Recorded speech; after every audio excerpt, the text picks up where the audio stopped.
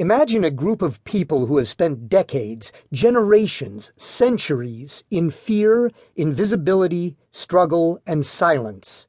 Imagine they find their voice only to be decimated by an era of death and unthinkable loss, made more bitter by crushing societal indifference to their predicament. Now imagine that in a matter of a few short years, everything seems to change. At what feels like light speed, they make momentous gains. The world begins to open its arms to them in ways they had never thought possible. The experience is powerful, exhilarating, spellbinding even. It feels like they are living in a dream. But behind that dream is a reality more treacherous than many of them may vaguely imagine. Over the past few years, lesbian, gay, bisexual, and transgender Americans have been living in that dream.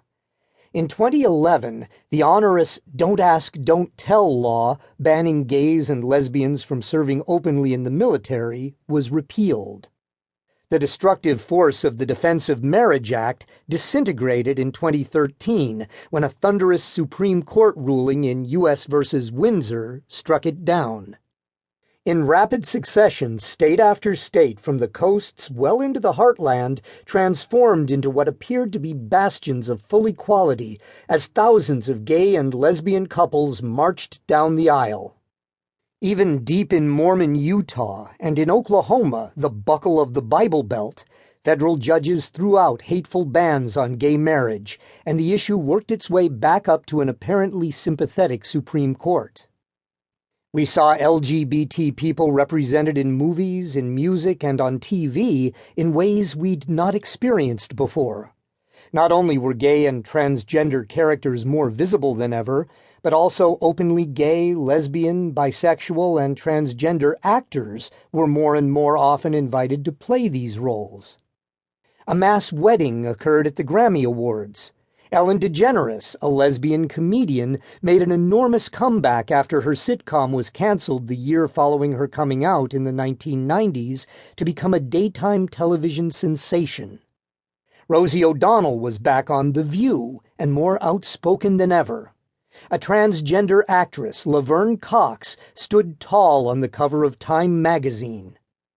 Apple's Tim Cook made a huge impact in the business world, becoming the most high-profile CEO and the only one among the Fortune 500 companies to come out, proclaiming he is proud to be gay.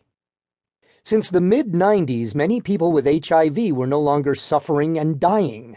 They were increasingly thriving and the picture of good health because of life-saving drug treatments. Gay-straight alliance groups were formed in schools across the country, and LGBT people began to come out of the closet at ever younger ages. Even in the world of sports, visibility arrived in unprecedented ways. A mid-career NBA player, Jason Collins, came out as gay, and even the barrier of the macho world of football broke when Michael Sam became the first openly gay player drafted to the NFL, and shared his happiness by expressing his love, kissing his boyfriend for all of America to see. In seductive ways, it started to feel as if we had almost finally made it, that we were just about equal in the eyes of most of the American people. The media reported on dizzying poll results that seemed to point to acceptance. We heard cheering and huge sighs of relief as many soaked up the success that now seemed so evident.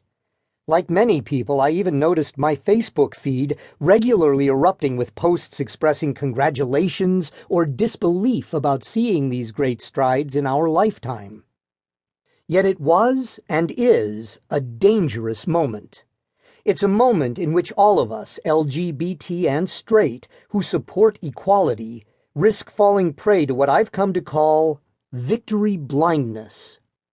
We're overcome by the heady whirl of a narrative of victory, a kind of bedtime story that tells us we've reached the promised land, that can make everything else seem like a blur.